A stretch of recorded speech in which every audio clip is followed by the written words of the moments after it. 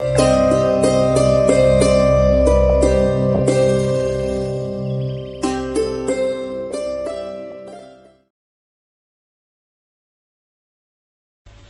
باللہ من الشیطان الرجیم بسم اللہ الرحمن الرحیم قال اللہ تعالی فی القرآن العظیم والفرقان الحمید قل یا ایھا الناس انی رسول اللہ الیکم جمیعا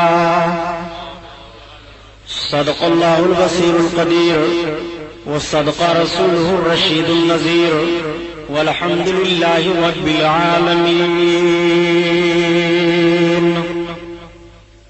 لائق صد احترام علماء اہل سنت، قابل قدر سامعین حضرات، آئیے ہم اور آپ سب سے پہلے اپنے اور ساری کائنات کے مرکزی عقیدت حضور رحمت للعالمین شفیع المذنبین رسول گرامی وقار محبوب پروردگار دونوں عالم کے مالک و مختار حضور محمد الرسول اللہ صلی اللہ تعالی علیہ وسلم کے دربار پر انوار میں درود شریف کا نذرانہ پیش فرمائیں۔ پڑھیے بلند آواز سے، اللہم صلی علی سیدنا مولانا محمد معدن الجود والکرم وعلی آلہ وبارک وسلم صلاۃ و سلام علیک یا رسول اللہ صلی اللہ تعالی علیہ وسلم۔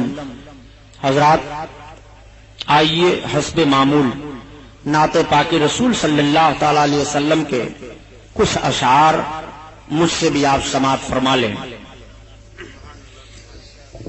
طبیعت تو غم میں گھبرائے تو طیبہ یاد کر لینا،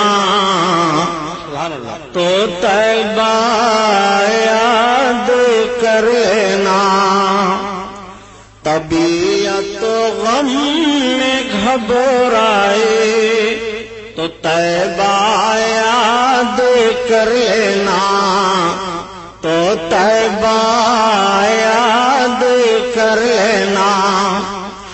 طبیعت تو غم میں گھبرائے تو طیبہ یاد کر لینا، کوئی مشکل مقام آئے تو طیبہ یاد کر لینا، تو طیبہ یاد کر لینا۔ کوئی مشکل مقام آئے تو طیبہ یاد کر لینا، تو طیبہ یاد کر لینا۔ خزاں کے بعد جب ہریالی پھیلے سرخیاں پھوٹیں، خزاں کے بعد جب ہریالی پھیلے سرخیاں پھوٹیں، کوئی اونچا چٹک جائے تو طیبہ یاد کر لینا، تو طیبہ یاد کر لینا۔ کوئی مشکل مقام آئے تو طیبہ یاد کر لینا، تو طیبہ یاد کر لینا۔ زمین پیاسی ہو جھل سے جا رہے ہوں کھیت کے پودے، زمین پیاسی ہو جھل سے جا رہے ہوں کھیت کے پودے، زمین پیاسی ہو جھل سے جا رہے ہوں کھیت کے پودے، اگر پانی برس جائے تو طیبہ یاد کر لینا، تو طیبہ یاد کر لینا۔ کس شان سے حسان بولے، فدائے حامل قرآن بولے، غلام موتی ایمان بولے، وہ نقطہ رس دقیقہ دان بولے، ادب کا مطلع تابان بولے، وَأَحْسَنُ مِنْكَ لَمْ تَرَقَّتُ عَيْنِي وَأَجْمَلُ مِنْكَ لَمْ تَلِدِ النِّسَاءُ خُلِقْتَ مُبَرَّعًا مِنْ كُلِّ عَيْبٍ كَأَنَّكَ قَدْ خُلِقْتَ كَمَا تَشَاءُ ہزار بار بشویم دہنز مشکو گلاب ہنوز نام تو گفتن کمال بے ادبیست۔ حضرات، آج سے 1421 برس کا جائزہ لیا جائے کہ اس دنیا میں اس سے پہلے بھی انسانوں کی کمی نہیں تھی۔ دنیا کے گوشے گوشے میں ابن آدم پائے جا رہے تھے، کوئی ایسا خطہ اور چپا نہیں تھا کہ جہاں پر انسان آباد نہ ہو۔ یہ انسان بجائے ایک معبود حقیقی کی عبادت کرنے کے نہ جانے کتنے معبودان باطل کی پرستش میں مبتلا تھے۔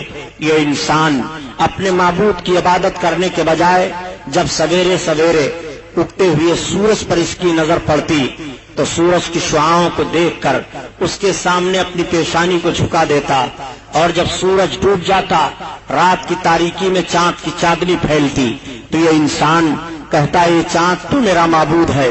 جب یہ سمندر کے کنارے سمندر کی لہروں کو دیکھتا تو کہتا تو میرا معبود ہے۔ جب بڑے بڑے پہاڑ کے ٹیلوں پر اس کی نگاہ جاتی تو کہتا تو میرا معبود ہے۔ جب یہ آگ کے شعلوں پر نگاہ ڈالتا تو کہتا تو میرا معبود ہے۔ جب یہ ہرے بھرے لہلہاتے پودوں کو دیکھتا تو کہتا تو میرا معبود ہے۔ عربستان سے لے کر کے اور ہندوستان تک کفر و گمراہی کے بادل چھائے ہوئے تھے، بلکہ جس ملک میں ہم اور آباد ہیں اس ہندوستان میں 32 کروڑ معبودان باطل کی عبادت ہو رہی تھی۔ کنکر پتھر مکھی مچھر پیڑ پودے ہوا فضا ان سب کو معبود مانا جا رہا تھا معاذ اللہ۔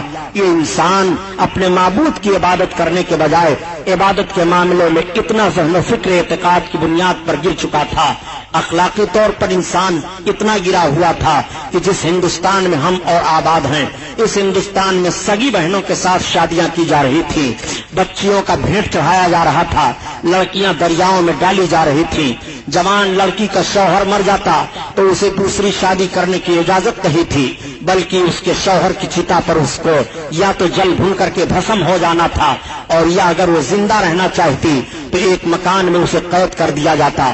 وہ مکان میں 6 مہینہ تک قید رہتی، ضروریات زندگی اس کے لیے وہیں پیش کیے جاتے، اگر زندہ نکلتی تو اس کے چہرے پر کالک لگا کر کے جانوروں پر بیٹھا کر کے اسے گھمایا جاتا، اور یہ ذہن و فکر دینے کی کوشش کی جاتی کہ یہ منحوس لڑکی تھی۔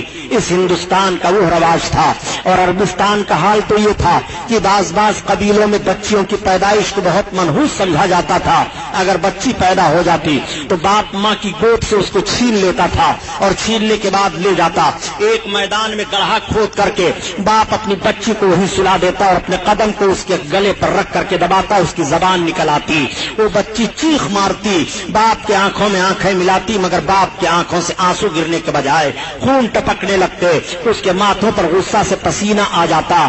وہ ظالم باپ اپنے ظالم ہاتھ سے اس بچی کو زندہ درگور کر دیا کرتا تھا۔ یہ ہمیں تاریخ بتا رہی ہے۔ انسان اس بھیانک ماحول میں مبتلا تھا کہ شرافت و تقدس کے ساتھ جیون بتانے کے لیے سب ترس رہے تھے۔ اگر کوئی بچہ یتیم ہو جاتا تو بجائے اس بچہ کی پرورش کرنے کے اس کی ساری جائیداد پر ناجائز قبضہ کر لیا جاتا اور اس بچے کو غلام بنا لیا جاتا تھا، غلامی کی زنجیر میں وہ بچہ جکڑ دیا جاتا۔ عورتیں سسکیاں لے رہی تھی، سماج میں ان کو جینے کا کوئی حق نہیں تھا، ایک امیر غریب کو ستاتا تھا، ایک نوجوان غلامی کی زنجیروں میں جکڑا ہوا اپنے جیون کو بتانے کے لیے آزادی کے ساتھ ترس رہا تھا۔ یہ ماحول زندگی کا پایا جا رہا تھا۔ انسان دولت ہوتے ہوئے بھی ناخوشگوار ماحول میں اپنی زندگی کو گزارتا ہوا دکھائی دے رہا تھا۔ عورتیں آہیں لے رہی تھی، بچیاں سسکیاں لے لے کر کے جان جانے آفرین کے سپرد کر دیتی تھی۔ انسان چین و سکون کے ساتھ اپنے جیون کو نہیں بتا پا رہا تھا۔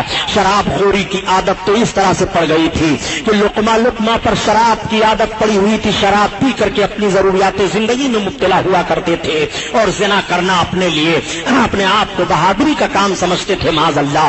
برائیوں کا بھی بے شمار ماحول تھا، بے حیائیاں پھیلی ہوئی تھی، ایک معبود کی عبادت کرنے کے نہ جانے کتنے معبودان باطل معاذ اللہ پوجے جا رہے تھے۔ حضرت عیسیٰ پیغمبر علیہ الصلوۃ والتسلیم نے ایک معبود کی عبادت کا حکم دیا تھا اور نشر فرمایا تھا۔ تعلیم عیسوی کو قریب 500 برس کا عرصہ گزر چکا تھا، مگر بجائے ایک معبود حقیقی کی عبادت کرنے کے تین معبودوں کے معاذ اللہ قائل ہو گئے تھے. خود حضرت عیسیٰ پیغمبر علیہ السلام کو خدا کا بیٹا کہہ دیا تھا, ان کی ماں کو خدا کی بیوی بنا دیا تھا معاذ اللہ. تثلیث کے قائل ہو کر کے حضرت عیسیٰ علیہ السلام کے پیغام میں انٹرفیئر کر دیا تھا. یہ ماحول دنیا کا پایا جا رہا تھا. اللہ تعالیٰ نے اپنے بندوں پر کرم فرمایا اور اپنے آخری پیغمبر حضور محمد رسول اللہ صلی اللہ تعالیٰ علیہ وسلم کو عرب دیش میں مکہ کی سرزمین پر خاندان قریش میں حضرت عبد المطلب کے گھر حضرت آمنہ خاتون رضی اللہ تعالیٰ عنہا کے بطن اقدس سے اس دنیا میں مبعوث فرمایا. جب میرے آقا اس دنیا میں طلوع اجلال فرماتے ہیں, نبی کونین صلی اللہ علیہ وسلم کی آمد و سعادت ہوتی ہے, مکہ کے لوگ حیران رہ جاتے ہیں. اس صبح کو دیکھنے کے بعد میرے آقا اس دنیا میں صبح سویرے تشریف لائے. دوشنبہ کا دن تھا اور جب نبی سویرے تشریف لاتے ہیں تو عقل نے ایک سوال کیا, آخر پیغمبر اسلام سویرے سویرے کیوں آئے؟ مکمل دن کے اجالے میں کیوں نہیں آئے یا مکمل رات کے اندھیرے میں کیوں نہیں آئے؟ تو فوراً عقل نے جواب دیا, سنو, اگر پیغمبر اسلام مکمل رات کے اندھیرے میں آتے تو رات چیلنج کر دیتی ہے, دن تیری کوئی حقیقت نہیں ہے. پیغمبر اسلام ہم نے تشریف لائے ہیں, اور اگر دن کے مکمل اجالے میں میرے آقا تشریف لاتے تو دن کا مکمل اجالا چیلنج کر دیتا, اے رات تیری کوئی حقیقت نہیں ہے. نبی آخر الزمان مجھ میں تشریف لائے ہیں, میرے آقا سویرے سویرے ایسے وقت میں تشریف لا رہے ہیں کہ دن کا اجالا آتے آتے چہرے مصطفیٰ کی زیارت کر لے اور رات کا اندھیرا جاتے جاتے رخ مصطفیٰ کی زیارت کر لے. ایسے ماحول میں حضور محمد رسول اللہ صلی اللہ تعالیٰ علیہ وسلم طلوع اجلال فرماتے ہیں مکہ کی سرزمین پر. اور جب میرے آقا سویرے سویرے مکہ کی سرزمین پر تشریف لائے تو مکہ کی گلیاں مہک رہی ہیں, مکہ کی ہوا فضا مہک رہی ہے, مکہ کے در و دیوار مہک رہے ہیں, مکہ کی شاہراہیں مہک رہی ہیں, مکہ کی وادیاں مہک رہی ہیں, مکہ کی پہاڑیاں مہک رہی ہیں, ہر طرف سے خوشبو آ رہی ہے, ہر طرف ایک عجیب سما بدھا ہوا ہے. میرے آقا سویرے سویرے تشریف لائے ہیں, ایک عجیب انقلاب مکہ میں برپا ہوا. سارے سرداران مکہ جب سویرے سویرے سو کر کے اٹھتے ہیں اور آ کر کے حرم شریف کے سامنے اکٹھا ہوتے ہیں تو آپس میں بات چیت شروع ہو جاتی ہے. کوئی کہہ رہا ہے آج میرا گھر مہک رہا ہے, کوئی کہہ رہا ہے آج میرے گھر پر بیمار میرا باپ تھا بلا دوا کے اچھا ہو گیا ہے, کوئی کہہ رہا ہے ابھی سویرے میں نے اپنے جانوروں کا جائزہ لیا تو جو جانور دودھ نہیں دے رہے تھے ان کے بھی تھن دودھ سے بھرے دکھائی دے رہے ہیں. کوئی کہہ رہا ہے ابھی سویرے سویرے میں نے اپنے باغیچوں کا جائزہ لیا تو میں نے دیکھا کہ جو درخت سوکھے تھے وہ ہرے ہو گئے ہیں اور درختوں میں بن موسم کے پھل لگے دکھائی دے رہے ہیں. بڑے اچھے انداز سے کہا بیکل بلرام پوری نے, آج للنہاشم کے آئے دھرتی بھیو جیاری, آج للن ہاشم کے آئے دھرتی بھیو جیاری, اور بن موسم کے پھل گئے بگیا پھول سج گئی ڈاری, ڈولے خلد کئی مست بہریا چدر مانور لٹایا, چدر مانور لٹایا. بن موسم میں باغوں میں درختوں میں پھل لگے دکھائی دے رہے ہیں. مکہ کی شاہراہ پر سرداران مکہ آپس میں یہی بات چیت کر رہے ہیں کہ یہ انقلاب کیسے برپا ہوا, آخر مکہ کی وادیاں کیوں مہک رہی ہیں اور مکہ میں گھر گھر سے خوشبو کیسی آ رہی ہے. تب تک ایک سردار خانے کعبہ کے اندر سے آ کر کے پہنچا. اس نے کہا اے سرداران مکہ یہ اجتماع کیسا ہو رہا ہے؟ سارے سرداروں نے کہا انقلاب تم نہیں دیکھ رہے ہو, یہ خوشبو کیسی آ رہی ہے, پورا حرم شریف مہک رہا ہے, یہ اندازہ تمہیں نہیں لگ رہا ہے؟ آج جانوروں کو دیکھو تو ان کے تھن دودھ سے بھرے دکھائی دے رہے ہیں, سوکھے ہوئے درخت ہرے ہو گئے ہیں, کیا یہ انقلاب تم نہیں دیکھ رہے ہو؟ اس نے کہا سنو, جو میں دیکھ کر کے آ رہا ہوں اگر بتاؤں گا تو تعجب کرو گے. کہا تم کیا دیکھ کر کے آ رہے ہو؟ کہا ابھی خانے کعبہ کا طواف کر کے میں آ رہا ہوں. میں نے خانے کعبہ کا طواف کر کے جب مکمل کیا اور چلنے کا ارادہ کیا تو دیکھا کہ سردار قریش عبد المطلب اپنی گود میں ایک بڑا حسین و جمیل بچہ لے کر کے کعبہ کی طرف آ رہے ہیں. اتنا خوبصورت بچہ میری نگاہ نے نہیں دیکھا. میرا اندازہ ہے کہ مکہ میں کسی قبیلہ میں کسی خاتون نے اتنا خوبصورت بچہ جنا نہیں, کسی خاندان میں اتنا عظیم الشان بچہ پیدا نہیں ہوا. وہ اتنا خوبصورت بچہ ہے, وہ اتنا حسین و جمیل بچہ ہے کہ سردار قریش عبد المطلب جو اس بچے کو لے کر کے کعبہ کی طرف بڑھتے رہے. میں مڑ مڑ کر کے دیکھتا رہا اور جب وہ کعبہ کے قریب پہنچے ہیں تو میری نگاہ فیصلہ نہ کر سکی کہ عبد المطلب کعبہ کی طرف بڑھے چلے جا رہے ہیں کہ کعبہ ان کی طرف جھکا چلا آ رہا ہے. ہماری نگاہ نے یہ دیکھا ہے محراب کعبہ جھک گئی ہے. اس بچہ کو لے کر کے جب سردار قریش کعبہ کے قریب پہنچے ہیں, اعلیٰ حضرت عظیم البرکت اسی طرف اشارہ فرماتے ہیں کہ جس کے سجدے مٹا کر چلے, مٹا کر چلے. آقا کریم صلی اللہ علیہ وسلم کے حسن کو دیکھنے کے بعد سرداران مکہ نے کہا آج تک ہم لوگوں نے اتنا حسین و جمیل بچہ نہیں دیکھا. واقعی مکہ میں کسی خاندان میں کسی عورت نے اتنا خوبصورت بچہ نہیں جنا, کسی قبیلہ میں اتنا عظیم الشان بچہ نہیں آیا. یہ بہت عظیم الشان بچہ ہے, عظیم ہستی والا ہے. سارے سردار یہ کہتے ہوئے زیارت کر کے واپس چلے جا رہے ہیں. دادا جان نے آقا کو اماں کی گود میں پیش کر دیا. حضرت آمنہ خاتون سرکار کو اپنی گود میں لے رہی ہیں اور لے کر کے آقا کریم کے رخ نبوت کی زیارت فرما رہی ہیں. عورتیں اکٹھا ہو جاتی ہیں اور مبارکباد پیش کر رہی ہیں. اے آمنہ, آج تک ہماری نگاہوں نے اتنا خوبصورت بچہ نہیں دیکھا, تمہیں مبارک ہو. اگر حضرت عبداللہ ہوتے تو ان کی آنکھیں ٹھنڈی ہو جاتی. پورے قبیلہ, پورے مکہ میں, قبیلے قریش میں کسی عورت نے اتنا خوبصورت بچہ نہیں جنا. ہر طرف تعریف ہو رہی ہے, مکہ کی گلیاں مہک رہی ہیں, مکہ کی پوری وادیوں سے خوشبو آ رہی ہے. حضرت آمنہ خاتون کا مکان مہک رہا ہے اور بھینی بھینی خوشبو پھوٹ رہی ہے. اعلیٰ حضرت عظیم البرکت کسی طرف اشارہ فرماتے ہیں کہ بھینی خوشبو سے مہک جاتی ہے گلیاں واللہ. سبحان اللہ. خوشبو سے مہک جاتی ہے گلیاں واللہ, اور کیسے پھولوں میں بسائے ہیں تمہارے گیسو, تمہارے گیسو. اللہ اللہ. آقا کریم صلی اللہ علیہ وسلم کی ولادت باسعادت پر سارا مکہ مہک رہا ہے. آقا کریم صلی اللہ علیہ وسلم کی ماں ارشاد فرماتی ہیں کہ جب میرے بیٹے محمد کی ولادت کا وقت ہوا تو ایک ایسی روشنی ظاہر ہوئی کہ اس روشنی میں میں نے ایران کی چراگاہوں میں جو اونٹ چل رہے تھے اور ان کی گردنوں میں جو قلادے پڑے تھے وہ سب میں نے دیکھ لیا.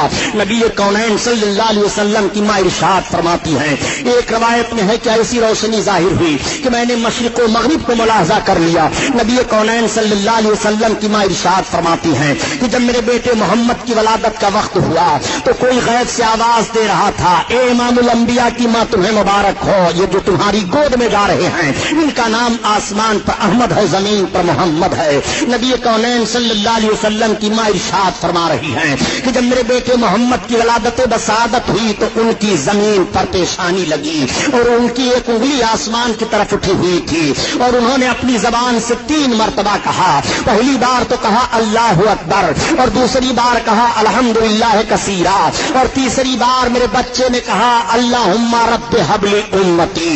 آقا کریم صلی اللہ علیہ وسلم ہم گنہگاروں کو پیدا ہوتے ہی یاد فرما رہے ہیں.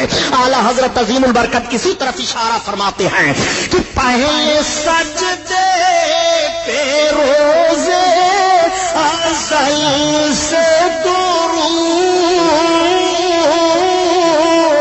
پہلے سجدے پہ روزے ازل سے درود, اور یادگاری امت پہ لاکھوں سلام, لاکھوں سلام. اللہ اللہ. آقا کریم صلی اللہ تعالی علیہ وسلم کی ولادت بسعادت ہوئی ہے. آپ ذرا ملاحظہ فرمائیے اور اس بات کو بھی ذہن و فکر میں رکھتے ہوئے چلیے گا کہ ابھی نبوت رسالت کا اعلان نہیں ہوا ہے. جب اس پار کا یہ عالم ہے اس پار کا عالم کیا ہوگا. میرے آقا صلی اللہ تعالی علیہ وسلم کی ماں سے ایک یہودیہ عورت نے سوال کیا, اے آمنہ خاتون اس وقت مکہ میں تو تیل کی بڑی قلت ہے, مگر یہ بتاؤ کہ تمہارے گھر میں رات بھر روشنی کیسے رہتی ہے. تو نبی کی ماں بیان فرماتی ہیں کہ جب سے میرے بچے محمد کی ولادت بسعادت ہوئی ہے میں نے اپنے مکان میں چراغ جلایا ہی نہیں ہے. نبی کونین صلی اللہ تعالی علیہ وسلم کے نور کی وہ روشنی پھیلی ہوئی ہے, میرے آقا کی وہ مقدس عظمت ہے. آقا کریم صلی اللہ تعالی علیہ وسلم کی شان ملاحظہ فرمائیے. ابھی نبوت رسالت کا اعلان نہیں ہوا ہے. نبی کونین صلی اللہ تعالی علیہ وسلم کے ولادت کے وقت آپ کی ماں کے پاس جو عورتیں جمع تھیں ان عورتوں کا بیان سنیے. وہ عورتیں بیان کر رہی ہیں کہ جب آمنہ خاتون کو ولادت کا وقت ہوا, محمد پیدا ہوئے تو اس وقت ہم عورتیں ان کے مکان میں موجود تھیں. مکان کے صحن میں ہم نے یہ دیکھا کہ آسمان سے چاند اور ستارے جھکے چلے آ رہے ہیں. ایسا لگ رہا تھا کہ مکان کے صحن میں چاند اور ستارے گر پڑیں گے. اس طرح سے جھکے چلے آ رہے تھے محمد کی ولادت پر, آپ کی پیدائش پر. اعلیٰ حضرت عظیم البرکت اسی طرف اشارہ فرما رہے ہیں کہ صبح طیبہ میں ہوئی بٹتا ہے باڑا نور کا, اور صدقہ لینے نور کا آیا ہے تارا نور کا.